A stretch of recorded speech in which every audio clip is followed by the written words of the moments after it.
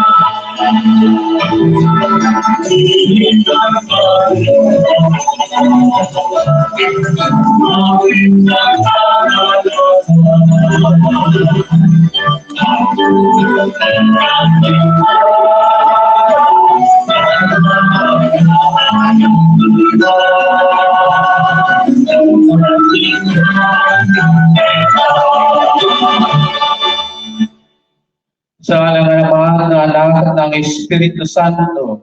Amen. Ang pagpapala ng ating Panginoong Jesucristo, ang pag-ibig ng Diyos Ama, at ang pagkakaisa ng Espiritu Santo, naway sumayinyong lahat. At sumayin niyo rin. Huwag kayong matakot. Ito ang mga salitang binabanggit ni Jesus sa ating Ebanghelyo. Huwag tayong matakot sa mga taong nakatuon sa paggawa ng masama sa kapwa. Si Jesus ang ilaw na papawi sa kadiliman ng ating mga kasalanan. Manalig tayo sa kanyang pag-ibig kahit pa tayo'y kinukutya at binamaliit ng mga ganit at bulaan. Kumapit lamang tayo kay Jesus at maging totoo sa ating mabuting hangarin. Mga kapatid, aminin natin ang ating mga kasalanan upang tayo maging marapat, gumanap sa banal na pagdiriwang. Panginoon, kami nagkasala sa iyo. Panginoon, kaawa kami. Kaya naman, Panginoon, ipakita mo na ang pag-ibig mong wagas. Kami ay lingapin at sa kahirapan na iyong niligtas. Kaawaan tayo ng makapangyarihang Diyos, patawarin tayo sa ating mga kasalanan, at patnubayan tayo sa buhay na walang hanggan. Amen.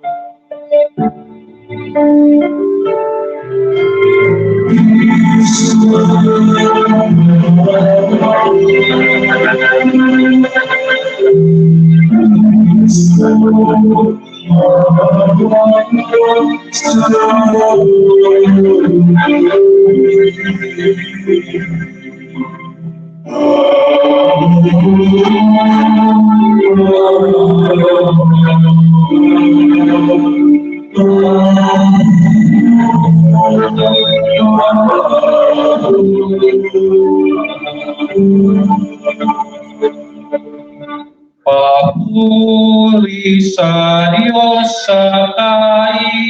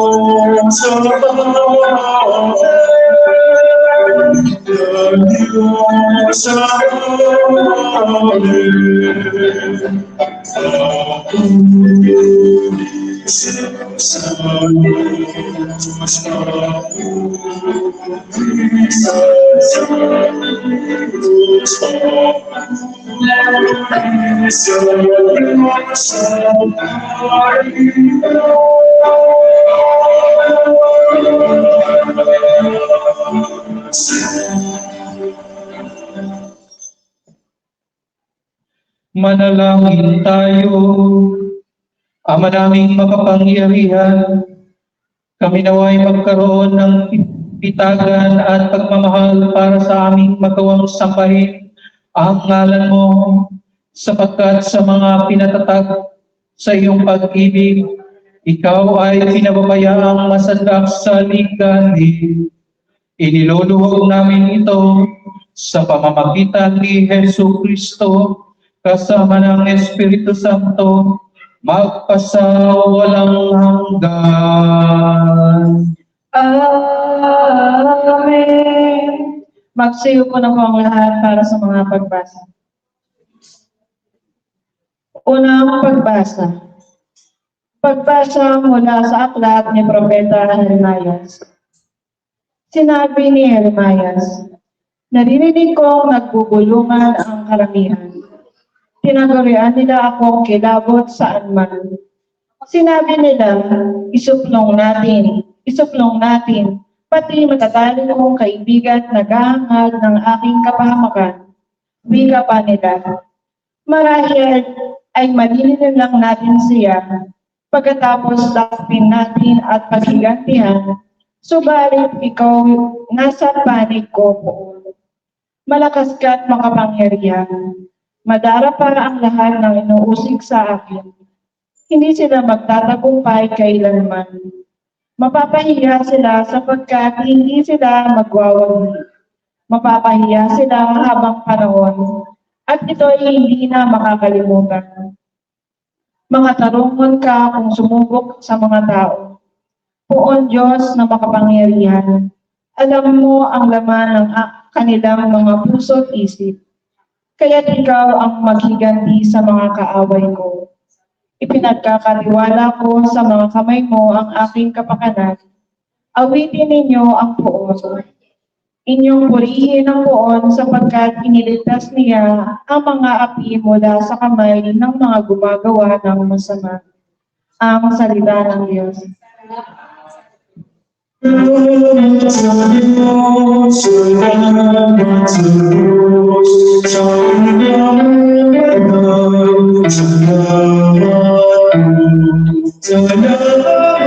Diyos, salamat sa Diyos,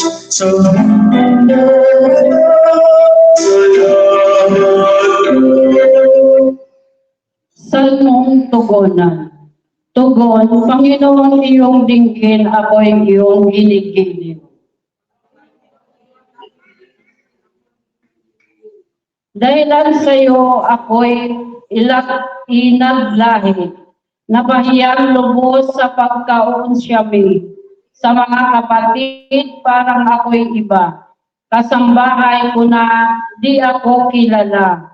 Ang pagmamahal ko sa banal mong templo, matindi sa kalooban ko. Sa aking bumagsak, paghamak sa iyo, tugon ko. At sa ganang ako'y dadalangin sa iyo. O Poon, sana iyong dinggin sa mga panahon na iyong ibigin dahil sa dakilang pag-ibig sa akin. Ang iyong pangakong pagtubos ay sundin. Poon sa buti mong pag-ibig sa akin, sa aking pagtawa ako sana'y dinggin, sa pagkahabag mo ako'y lingapin, tugon ko. Kung makita ito ninyong mga luha, sila ay sasamba sa laki ng tuwa. Dinirinig ng Diyos ang mga may kailangan, lingkod na bilanggo na di malilimutan. Ang Diyos ay purihin ng langit at lupa, maging karagatan na roong nilikha, tugon ko. Ikalawang pagbasa. Pagbasa mula sa sulat ni Apostol San Pablo sa mga taga-Roma. Mga kapatid, ang kasalanan ay pumasok sa sanlibutan at ang kamatay sa pamamagitan ng kasalanan niya. Dahil dito, lumaganap ang kamatayan sa lahat ng tao, sapagkat ang lahat ng nagkakasala sa sanlibutan na nakasalanan bago pa ibigay ang kautusan. Ngunit walang pinalagot sa kasalanan kung walang kautusan. Gayunman naghari ang kamatayan mula kay Adan hanggang kay Moses. Kahit sa mga tao na ang pagkakasala ay hindi tulad ng pagsuway ni Adan. Si Adan ay anino ng isang daan. Ngunit magkaiba ang dalawa ito. Sapagkat ang kagandahan ng loob ng Diyos ay higit na dihama kaysa pagsuway ni Adan. Totoo ang nagdala ng kamatayan sa maraming ang pagsuway ni Adan. Ngunit malaki ang kahigdan nakaganda ang loob ng Diyos at ang kalooban at lumarating sa nakarami sa pamamagitan ng isang tao, si Yesu Kristo, ang salita ng Diyos. Magsitayo na po.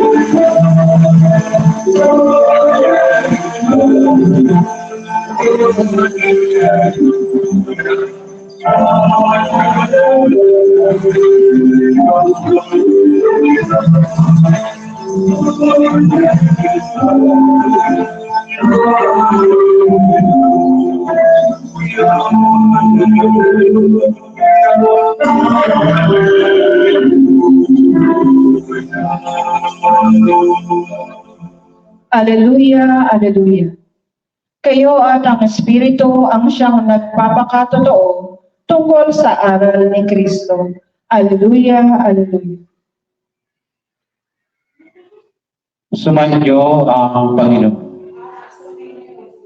Ang mabuting balita ng Panginoon ayon kay San Mateo.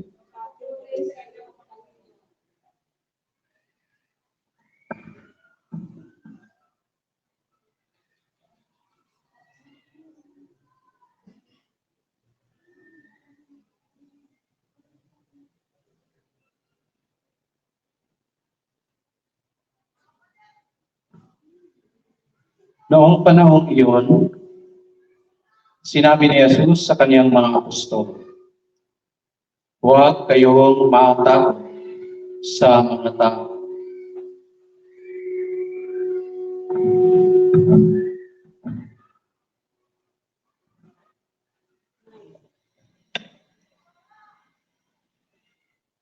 Walang natatago na di malalantad o nalilihim na hindi mapupunya. Ang sinasabi ko sa inyo sa dilim, ulitin ninyo sa liwanag. At ang ibinubulong sa inyo ay inyong ipagsigawan. Huwag ninyong katakutin ang pumapatay ng katawan, ngunit hindi nakapapatay ng kaluluwa. Sa halip, ang katatakutan ninyo'y ang nakapapatay ng kaluluwa at katawan. Sa impyerno, hindi ba ipinagbibili ang maya ng isang pera? Gayunman, kahit isa sa kanila ay hindi nauhulog sa lupa kung hindi kalooban ng inyong Ama. Maging ang buhok ninyo'y bilang na lahat. Kaya huwag kayong matakot. Higit kayong mahalaga kaysa sa libo-libong maya.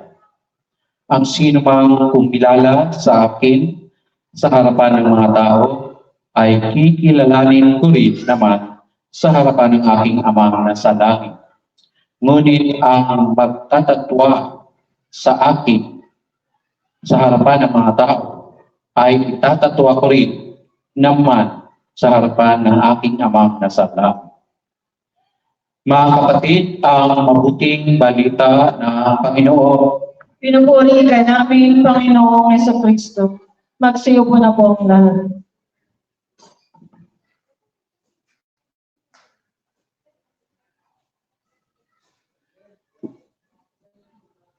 Magandang gabi po sa ating lahat. Ngayong linggong ito ay ikalabindalawang linggo sa karaniwang panahon. Ngayong linggong din ito, sa araw na ito, ano ang pinagdiriwang natin? Happy Father's Day. Ayan. Kanina, nakalimutan kong bumati ng Happy Father's Day. Happy Father's Day sa lahat ng tatay. Hello, tatay, mga tatay. Happy Father's Day. Oh, kala di ba, kayo lang ang binabati? Ako din. Sa messenger, naku, umukula ng pagbati. Happy Father's Day, Father. Happy Father's Day sa lahat. No? Kaya ang ating ebanghelyo ngayon, ang sabi para sa ating mga tatay, huwag kayong matakot. No? Huwag ninyong katakutan ang mga tao nagbabadya ang kasamaan. Ibig sabihin, may binabala na kasamaan laban sa inyo. Ang mga tatay ay haligi ng tahanan. Kung kaya sila tinatawag na mga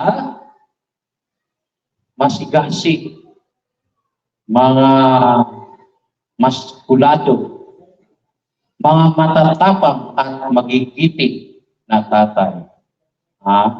Tandaan po natin yan. Kung walang tatay, wala ang mga anak. No? Kaya mga tatay, makinig kayo sa Ebanghelyo ngayon at sa aking homily. Ang ating Panginoon ipinaalala sa ating bilang sa mga tatay, sa ating lahat, na maging mapagmatya, maging bukas ang isipan sa lahat ng mga pumapasok o dumarating na mga pagsubok sa ating buhay. Pagsubok, hindi lamang sa mga magagandang pagsubok o yung mga wagas, talagang happy tayo kung nakatanggap tayo ng grasya o biyaya. Kundi maging handa din tayo sa mga pagsubok na kung saan sinusukat ang ating katatagan, sinusukat ang katatagan ng ating pananampalataya o pananalig sa Diyos. Ano po? No? Nariyan yung nawalan ng trabaho ang tatay, pinagpapahinga na dahil ang kanilang kumpanya ay nagbuki o saan kanya? Sinusukat ang iyong katatagan. Ang espiritual na buhay ay hindi nasusukat sa material na mga bagay. Hindi rin siya nasusukat sa mga basic needs natin.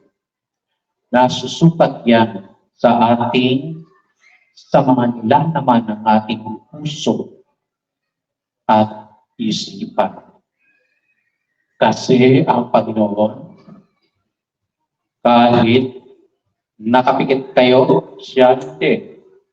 Kahit hindi tayo nakakita ng Panginoon, o kahit na anong gagawin natin sa ating buhay, kahit na may balak tayo ng masama o mabuti, alam na ng Diyos yan. Hindi mo palang ginagawa ang bagay na yan, alam na ng Diyos. Kung kaya mga kapatid, kapag gumagawa tayo o may gagawin tayo na isang bagay o na isang aksyon, masama man o mabuti, i-offer natin sa Kanya, sa Panginoon. Tatawagin natin, kakailanganin natin ang banal na Espiritu Santo. Itatanong natin sa ating sarili, ako ba ay karapat-dapat na tumanggap na biyayang ito sa kabila ng aking kasamaan? No? Natatanong natin ang ating mga sarili. Ako ba ay dapat na magbigay ng karampatang pag-ibig sa aking kapwa, lalo na sa aking minamahal? Na sa kabila ng mga iyon ay may ginawa kang labag sa kalooban ng iyong kinakasama. Labag sa kalooban ng iyong kapwa. O di siyempre, nahulog ka na sa pitag ng kasalanan. Kaya mga kapatid, araw-araw, lagi nating ipinagdarasal sa iyo, sa loob ng pamilya mo, sa iyong asawa at mga anak, at siyempre pa sa ating kapwa. Ikaw ay hindi dapat nakatuon ang iyong pananalig sa Diyos, sa iyong sarili o sa sarili mong pamilya. Kundi may pagkakataon ka rin na bigyang daan ang mga kapatid nating nangangailangan ng iyong pagdarasal, ng iyong panalangin. No? Tulong mo yan. Spiritual help mo yan o assistance sa mga tao na walay ng landas. No? Nalayo sa pananampalataya. Yun bang nalayo sa pananampalataya? Hindi natin alam kung sa bahay nila, nagdarasal din. Pero hindi niya magawang magsimba sa linggo. Di ba? Naroon lang sa bahay. Pero kapag nagapi siya ng tukso, pinuntahan siya ng kanyang mga barakong mga bagkada at niyayang uminom ng uminom. Ayun, nasadlak ka na sa kamunduhan o sa kasamaan. Kasalanan, yan sa mata ng Diyos. Gawin kaya nating priority ang Diyos. Hindi ba sa 10 utos? Ano ang unang utos ng ating Panginoon? Mahalin mo ang Diyos higit sa lahat. O ibig sabihin, priority siya, hindi siya second and third priority. Ang Panginoon ang unang-unang prioridad mo sa iyong buhay. Pangalawa na lamang yan, ang pangailangan ng iyong pamilya, ang pangailangan ng iyong kapwa. Kung anong meron ka, konti man o marami, huwag nating ipagdadamo. Minsan, isusubo mo na lang, pero ibinigay mo lang doon sa kapwa mo dahil naawa ka sa kalagayan nila. Meron ka pa namang trabaho. May kikitain ka pa naman sa susunod na buwan o sa susunod na araw. Yung kakainin mo sana ngayong araw nito ay ibibigay mo o ibinigay mo na sa kapwa na nangangailangan. Yan ang pusong Kristiyano. Tularan natin si Jesus. Di ba si Jesus? Ibinigay niya ang kanyang buhay sa paanong paraan. Ano po? Ibinigay niya ang kanyang sarili. Nagpapakamatay siya, nagpapakabitin sa krus. Ipinako. Ano po? Para sa atin. Hindi para sa kanya. Hindi para sa kanya yun. Kung naaalala niyo, yung taong sumaksak sa kanyang tagiliran at sumirit ang kanyang dugo. Masamang-masama yun. Kriminal na tao yun. Pero anong ginawa ni Jesus? Yung sumirit ang dugo, papunta doon sa mukha, mata ng isang taong yun, bulag ang taong yun. Pero ang nangyayari, nakakita siya ng malinaw na malinaw. O, isipin natin. At pangalawa, kung maaalala, yung katabi niya sa krus, tapos sila hindi pa. Nakikiusap yung isa, Panginoon, kung ikaw po ay pupunta sa iyong kaharian, huwag mo po akong kalimutan, isama niyo po ako sa iyong kaharian. Ano sa ni Jesus? Ngayong oras din na ito, isasama kita sa aking paraiso. O, diba? Ang pagbabago hindi sa material na bagay. Ang pagbabago hindi sa pagpupuri ng kapwa. Ang pagbabago mula sa puso mo, sa kadalisayan ng puso mo na magbago sa pangalan ng ating Panginoong Jesucristo. Kung hindi dahil sa Kanya, hindi tayo bibigyan ng biyaya na magbago. Kaya dasal ng dasal, manalangin tayo oras-oras kung ano man ang oras na meron ka na bakante, magdasal ka. Magdasal ka na mga tatlong Our Father, tatlong Hail Mary, tatlong Glory be, at pagkatapos niyan ay pasasalamat. Araw-araw kayong gawin payayan. Kaya pwede rin gawin magdasal sa Rosario. Mag-rosary kayo sa iyong bahay, sa iyong tahanan. Bukod yan, short prayer po yan. Pero mabisa din yan. Lalo-lalo na ang pinakamabisang sandata ng ating pagka-Kristiyano ay ang magdarasal na Santo Rosario. Tandaan po natin yan. Kaya, hindi natin malalaman o hindi natin nababantayan, napapansin na feeling mo sa araw na ito ay maluwag at masaya ka. Para merong pumasok na biyaya sa iyong tahanan. No? Hindi mo alam. Ay, ito mga palang biyaya na natanggap natin. Si Bunso, pumasa sa board exam. Si ate, nag-umpisa na sa kanyang trabaho bilang nurse. O, biyaya niya. Pero hindi napansin yan. Huwag magmadali kapag merong panalangin o hinihiling sa ating Panginoon.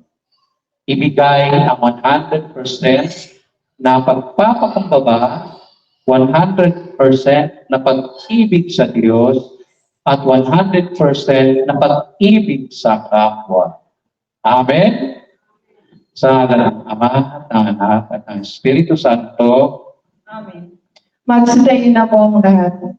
Sumasampalataya ako sa Diyos Amang makapangyarihan sa lahat na may gawa ng langit at lupa. Sumasampalataya ako kay Jesucristo, may isang anak ng Diyos, Panginoon nating lahat. Nagkatawang tao, siya lang ng Espiritu Santo, pinanganak ni Santa Maria Virgen, pinagpakasakit ni Poncio Pilato, pinako sa krus na matayang inibig, nanawag sa kinaroonan ng mga yumao, nang may 3 araw na buhay na magmuli, umakyat sa langit na luklok sa kanan ng Diyos Amang makapangyarihan sa lahat. Doon magmumula at paparito at uukrong sa mga nabubuhay at nakamatay na tao. Sumasampalataya naman ako sa Diyos Espiritu Santo, sa banal na simbahang Katolika, sa kasamahan ng mga banal, sa kapatawaran ng mga kasalanan, sa pagkabuhay na muli na nangamatay na tao, at sa buhay na walang hanggan. Amen. Lapit natin ang ating alalahanin sa Diyos. Amang labis na nagmahal sa sangkitha, kaya ibinigay niya ang kanyang buntong na anak. Taglay ang pagtitiwala, manalangin tayo ang ating tutugon. Ama, panatilihin mo kami sa iyong pag-ibig. Ama, panatilihin mo kami sa iyong pag-ibig. Para sa Santo Papa, mga obispo, pari, relihiyoso at relihiyosa, maging buhay na tanda nawa sila ng iyong pag-ibig at habag, o Diyos, sa panahon ng kadiliman at kawalan ng pag-asa. Manalangin tayo.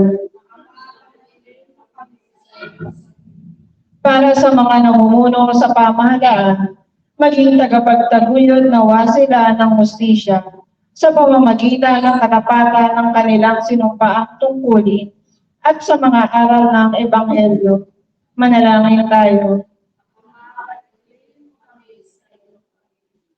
Para sa lahat ng mga binyagang Kristiyano, huwag nawa namin isara ang aming puso at pagsikapan nawa kaming makibahagi sa misyon ni Kristo na ipalaganap ang katotohanan. Manalangin tayo. Para sa mga may sakit at nagdurusa, mabatid nawa nilang mahal mo sila, o Diyos, sa pamamagitan ng paggalingan ng kanilang pamilya at mga kaibigan. Manalangin tayo. Para sa mga yumao, makasapit nawa sila sa kapayapaang walang hanggan, kapiling mo. Manalangin tayo. Sa ilang sandali ng katahimikan, ating ipanalangin ang iba pang mga pangangailangan ng ating pamayanan, pati na rin ang ating pansariling kahilingan. Manalangin tayo. Sa ating panalangin, isama natin ang mga tatay na siyang haligi ng tahanan, na siyang paunahing nagpo-provide ng pangangailangan ng kanyang anak, mga anak, at sa mga nanay din na tumutugon sa pangangailangan ng tatay, naway paspasan ng Panginoon ang kanilang puso at isipan na maging mapagbigay at maalalahan. Manalangin tayo sa Panginoon. Ama, panatilihin mo kami sa iyong pag-ibig. Diyos naming Ama, manatili ka sa aming piling sa pamamagitan ng iyong anak at loobin mo siya ang aming maging daan, ang aming buhay. Hinihiling namin ito sa pamamagitan ni Jesucristo, aming Panginoon. Amen. Magsiyo po na po ang lahat para sa pag-aalay.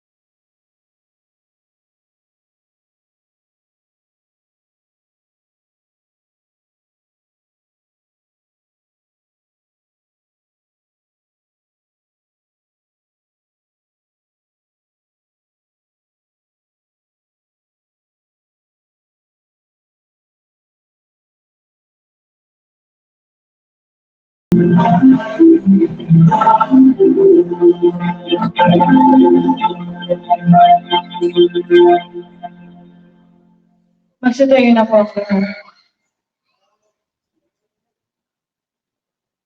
Mga kapatid, manalangin kayo, ang pag-aaya natin ay kalugdan ng Diyos sa mga makapangyarihan. Tanggapin nawa ng Panginoon itong paghahay sa iyong mga kamay, sa kapurihan niya at karangalan, sa ating kapakinabangan at sa buong sambayanan niyang banal.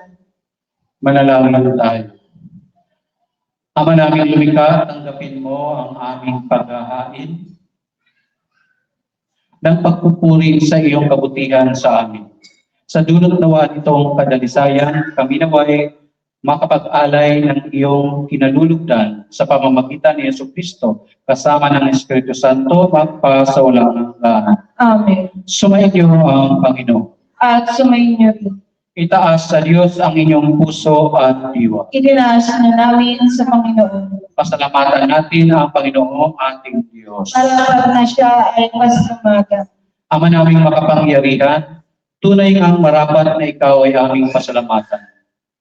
Kahit ikaw ay pinagtaksila ng sangkatauhan, ikaw ay patuloy pa rin sa iyong pagmamahal.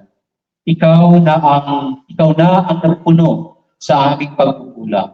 Ikaw pa rin ang nagsubok ng tutubos sa tanan. Ang sugo mong anak ay naging di na iba sa amin. Bagamat di niya tinulang ang aming pagkamasuwayin. Niloob mo ito upang iyong mamalas ang aming pagkatao, ang iliw mong anak. At kami tunghayan mo may pag-ibig na tulad ng pagtatagi mo sa kanya ng higit sa lahat. Ang katapatan niya sa iyong walang maliw ay nagpapanumbalik na muli sa amin ng iyong kasiyahan, ng iyong pagtingin sa aming iwinaksi noong ikaw ay aming suwayin.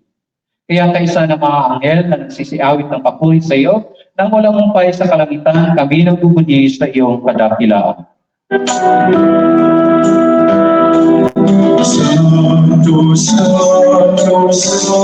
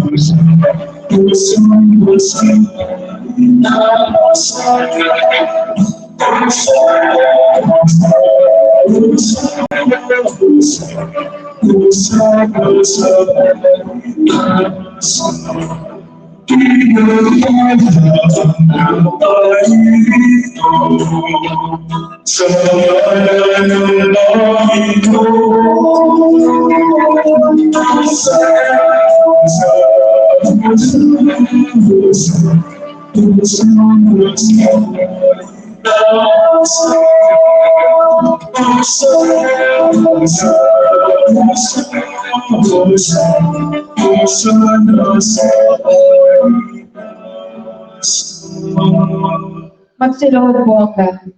Ama naming banal, ikaw baba ng tanang kabanalan. Kaya sa pamamagitan ng iyong Espiritu, gawin mong banal ang kaloob na ito. Upang para sa amin maging katawan at dugo ng aming Panginoong Jesucristo.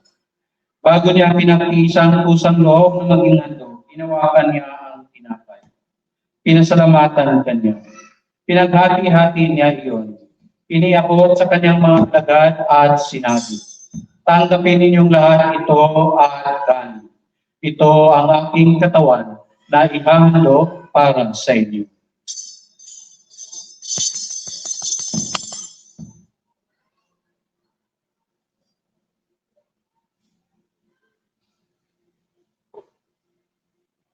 Kayo din naman, matapos ang hapunan, hinawakan niya ang kalis. Muli kanyang pinasalamatan. Iniabot niya ang kalis sa kanyang mga alagad at sinabi, tanggapin ninyong lahat ito at inumin. Ito ang kalis ng aking dugo, ng bago at walang hanggang tipan. Ang aking dugo na ibubuhos para sa inyo at para sa lahat, sa ikapagpapatawad ng mga kasalanan. Gawin ninyo ito sa pag-alala sa akin.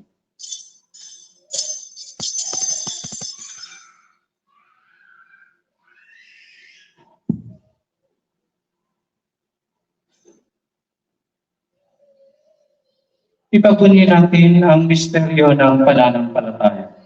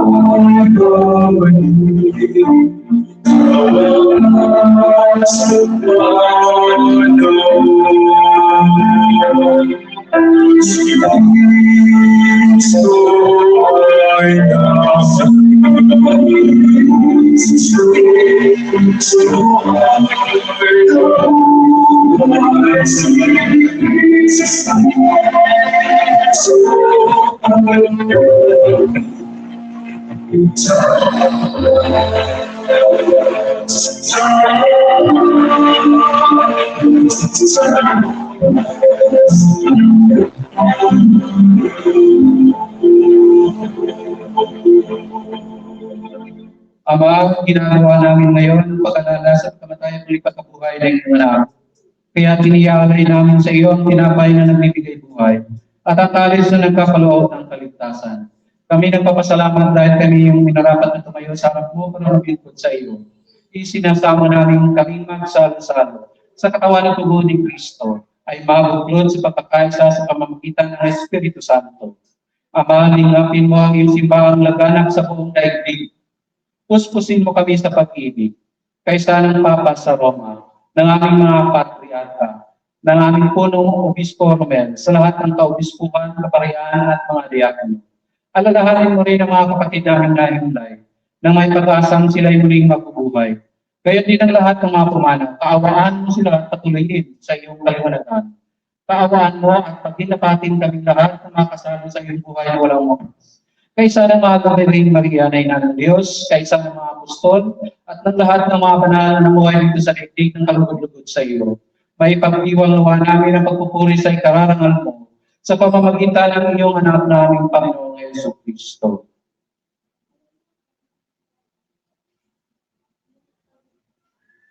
Sa pamamagitan ni Kristo,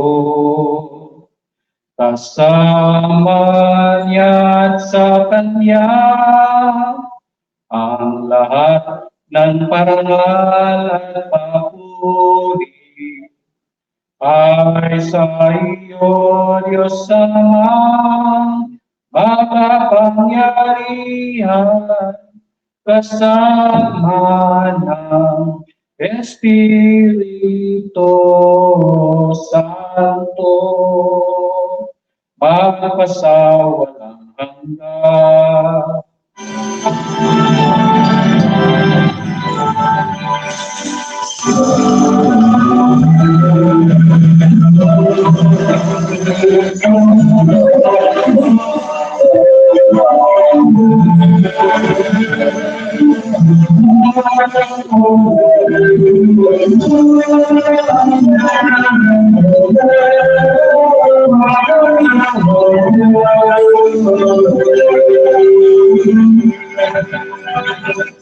Magsitayo na mo. Sa tagubilin na nakagaling na utos sa turo ni Jesus na Panginoon natin at Diyos, ipahayag natin ang lakas loob.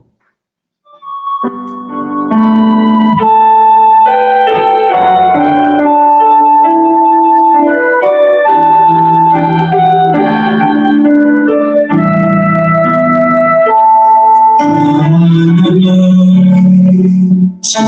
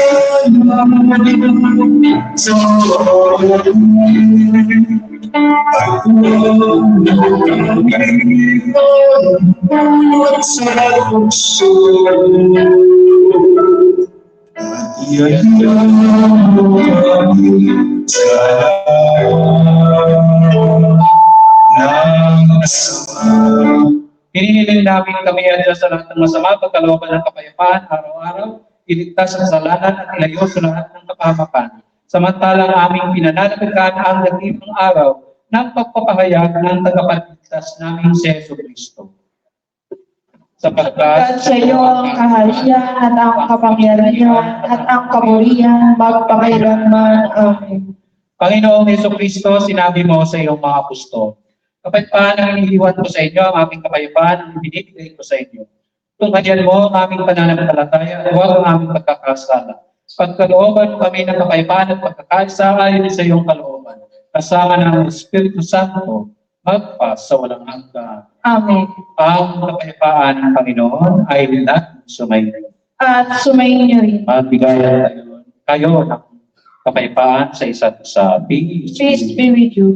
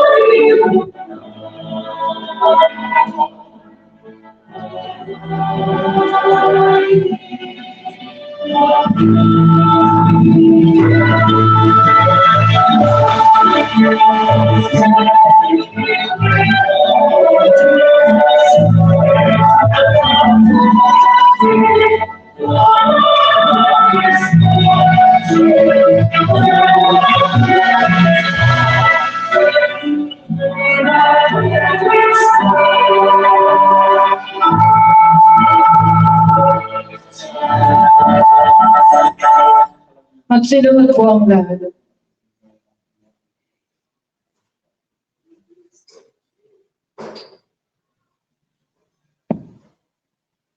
Mga kapatid, narito si Jesus. Ito ang kordero ng Diyos na nag-aalis ng mga kasalanan ng sanlibutan. Mapapalad ang mga inahiyahan sa kanyang higit. Panginoon, hindi ko karapat dapat na magpatuloy sa iyo. Ngunit sa isang salita lamang ay gagaling na ako. Ipagsanggalan nawa ako ng katawan ng tubo ni Kristo para sa buhay na walang hanggan. Amen.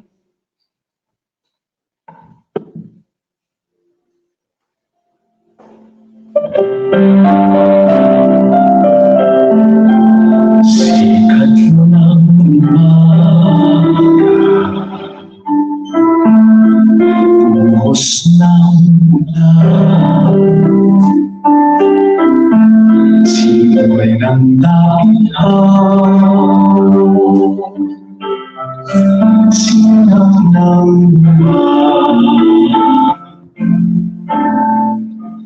batis na malinaw, dagat na uhaw, kayo ng Panginoon ko, Jesus, ng aking buhay. saan man ako umaling, ika'y pahin mo sa loob. Dakilang Panginoon sa aking buhay, hanggang pagkalaman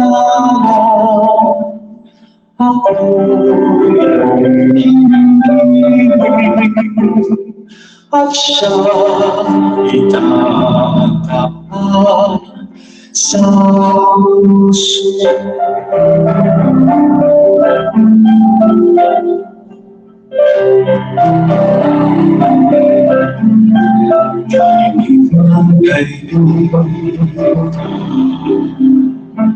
Kuyain ang ina,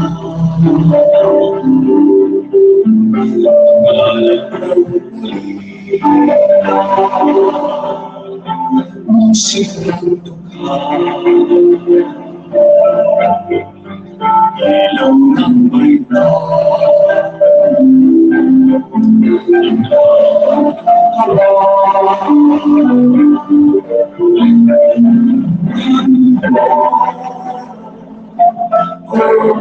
Jesus,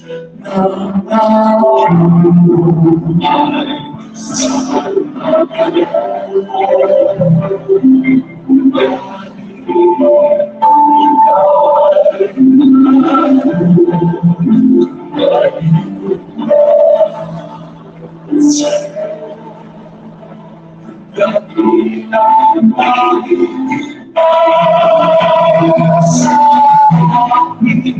buhay.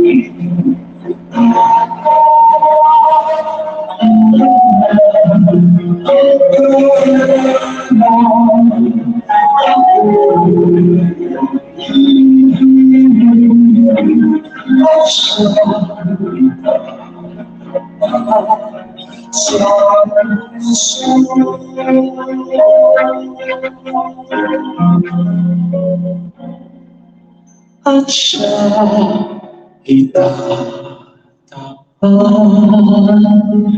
sa puso.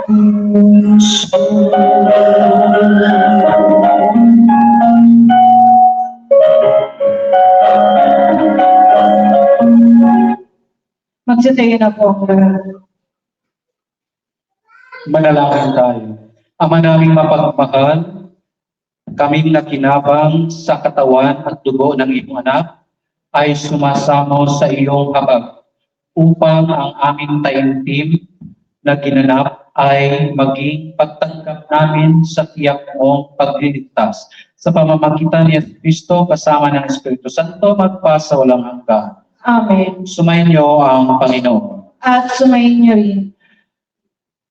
Magsiyo po kayo at habang ginagawan ang pagbabasbas. Pagpalain nawa kayo at ingatan ng Panginoon ngayon at magpa sa walang hanggan. Amen. Naway kahabagan niya kayo at subaybayan ngayon at magpa sa walang hanggan. Amen. Linapin nawa kayo at bigyan ng kapayapaan ngayon at magpa sa walang hanggan. Amen. Pagpalain kayo ng makapangyarihang Diyos, Ama, Anak at Espiritu Santo. Amen. Tapos na ang banal na misa, humayo kayong taglay at kapayapaan at pag-ibig ni Kristo. Salamat sa Diyos.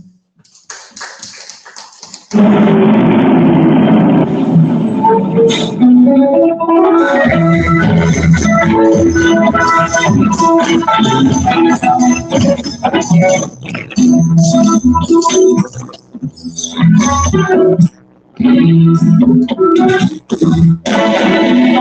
di